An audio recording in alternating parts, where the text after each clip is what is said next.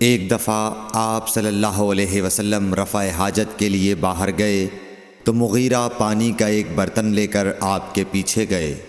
جب آپ قضائے حاجت سے فارغ ہو گئے تو مغیرہ نے آپ کو وضو کراتے ہوئے آپ کے اعضائے مبارکہ پر پانی ڈالا۔ آپ نے وضو کیا اور موزوں پر مسح فرمایا۔ صحیح بخاری حدیث نمبر 203۔ جعفر بن عمرو بن امیہ زمری کو ان کے باپ نے خبر دی کہ انہوں نے رسول کریم صلی اللہ علیہ وسلم کو موزوں پر مسح کرتے ہوئے دیکھا۔ صحیح بخاری حدیث نمبر 204۔ جعفر بن عمرو اپنے باپ سے روایت کرتے ہیں کہ میں نے رسول اللہ صلی اللہ علیہ وسلم کو اپنے عمامے اور موزوں پر مسح کرتے دیکھا۔ صحیح بخاری حدیث نمبر 205۔ مغیرہ فرماتے ہیں کہ میں ایک سفر میں رسول کریم صلی اللہ علیہ وسلم کے ساتھ تھا تو میں نے چاہا کہ وضو کرتے وقت آپ کے موزے اتار ڈالوں۔ آپ نے فرمایا کہ انہیں رہنے دو، چونکہ جب میں نے انہیں پہنا تھا تو میرے پاؤں پاک تھے، یعنی میں وضو سے تھا، پس آپ نے ان پر مسح کیا۔ صحیح بخاری حدیث نمبر 206۔ رسول کریم صلی اللہ علیہ وسلم نے بکری کا شانہ کھایا، پھر نماز پڑھی اور وضو نہیں کیا۔ صحیح بخاری حدیث نمبر 207۔ جعفر بن عمرو بن امیہ نے اپنے باپ عمرو سے خبر دی کہ انہوں نے رسول اللہ صلی اللہ علیہ وسلم کو دیکھا کہ آپ بکری کے شانے سے کاٹ کاٹ کر کھا رہے تھے۔ پھر آپ نماز کے لیے بلائے گئے تو آپ نے چھری ڈال دی اور نماز پڑھی، نیا وضو نہیں کیا۔ صحیح بخاری حدیث نمبر 208۔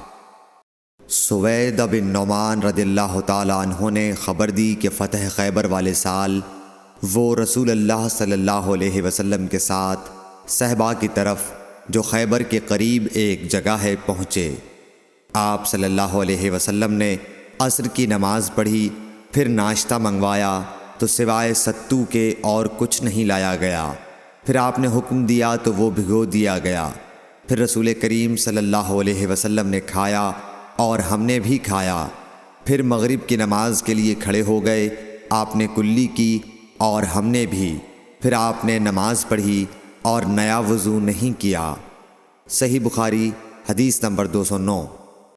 حضرت میمونہ زوجہ رسول کریم صلی اللہ علیہ وسلم نے بتلایا کہ آپ نے ان کے یہاں بکری کا شانہ کھایا، پھر نماز پڑھی اور نیا وضو نہیں فرمایا۔ صحیح بخاری حدیث نمبر 210۔ رسول اللہ صلی اللہ علیہ وسلم نے دودھ پیا، پھر کلی کی اور فرمایا اس میں چکنائی ہوتی ہے۔ صحیح بخاری حدیث نمبر 211۔ رسول کریم صلی اللہ علیہ وسلم نے فرمایا کہ جب نماز پڑھتے وقت تم میں سے کسی کو اونگ آ جائے تو چاہیے کہ وہ سو رہے یہاں تک کہ نیند کا اثر اس سے ختم ہو جائے۔ اس لیے جب تم میں سے کوئی شخص نماز پڑھنے لگے اور وہ اونگ رہا ہو تو وہ کچھ نہیں جانے گا کہ وہ خدا سے مغفرت طلب کر رہا ہے یا اپنے نفس کو بد دعا دے رہا ہے۔ صحیح بخاری حدیث نمبر 212۔ رسول اللہ صلی اللہ علیہ وسلم نے فرمایا کہ جب تم نماز میں اونگنے لگو تو سو جانا چاہیے، پھر اس وقت نماز پڑھے جب جان لے کہ وہ کیا پڑھ رہا ہے۔ صحیح بخاری حدیث نمبر 213۔ حضرت انس روایت کرتے ہیں کہ رسول کریم صلی اللہ علیہ وسلم ہر نماز کے لیے نیا وضو فرمایا کرتے تھے۔ میں نے کہا تم لوگ کس طرح کرتے تھے؟